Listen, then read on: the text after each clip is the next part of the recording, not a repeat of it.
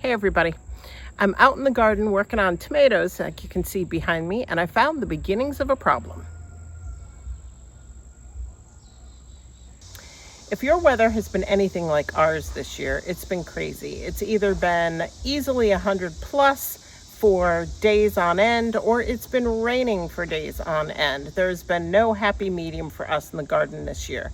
And while I was out trimming out any potentially diseased branches on my tomatoes, making sure I've got plenty of airflow, I found a problem called blossom end rot. And today we're going to work on mitigating that issue with something we keep on hand. So the majority of my tomatoes are fine. I've only had a few with this. So the first step for me is to take all these with the blossom end rot, pull them off the plants because there is no fixing it once it's started on a tomato. I'll just throw these into our compost pile. But the next step is going to be dealing with what caused the problem. Now the problem could be caused by underwatering, it can be caused by overwatering. It can also commonly be caused by a lack of calcium in the soil, which can also cause your tomatoes as they grow to split.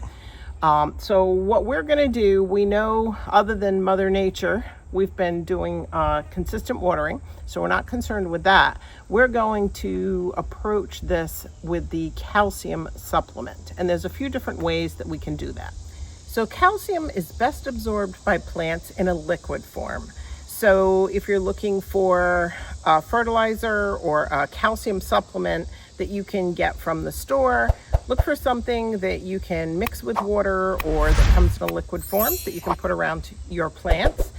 Some people take a combination of a whole milk and mix that with water and water that around the base of their plants. Other people take Tums, which are high in calcium, and they crush those up and they put those around the base of their plants, and when they water their plants, it waters that calcium supplement in, and Tums dissolve quickly. We're going to be using powdered eggshells to solve our problem. We use powdered eggshell in the spring when we're putting our tomato plants in the ground. We just take a spoonful or two and put them into the hole when we're putting our plants in, and that gives them something that's going to release over time in the soil. Now, these are all volunteer tomatoes, that not ones that I did by seed, but ones that came up from last year, and they may need just a little extra help with that extra calcium, because I don't remember if when we quickly put these in, we added that for these beds here. So we're going to take this. We get our powdered eggshells because we have chickens. We wash our eggshells, we dry them, crush them, put them into a powder. I think I have a video that I'll leave a link to in the description for that. And we put it in jars because it's been dried. I don't have to worry about anything with that, about it being wet. We put it in jars, put it on the shelf for times like this when we need to give our plants a boost. So let's get this going into the garden. So all I'm gonna do is rough the ground up a little bit around the base of my tomato. And then I'm going to take like 2 heaping spoons of my powdered eggshells, and I'm just going to put them around the base of the plant.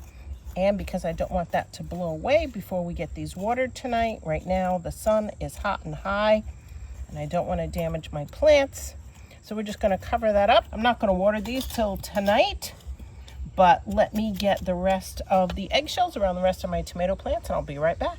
Well, now that I have the powdered eggshells in around the base of all these tomatoes, it's going to wait until this evening for me to water that in. I'm not going to do it now because we're in the heat of the day. Temperatures are in the upper 80s, 90s. The sun is hot overhead, and I don't want to damage my plants by getting water on those leaves or anything with the hot sun coming down. So we're going to get this watered in tonight. I'm probably going to come back in about 2 weeks. Give them another dose because they're still going to be producing strong, and that should take care of our blossom end rot problem for this year. And I hope this helps. If any of you are having that problem out there now, if you have any questions, make sure you leave them in the comments. If you like the video, give us a thumbs up, and until next time, everybody, take care.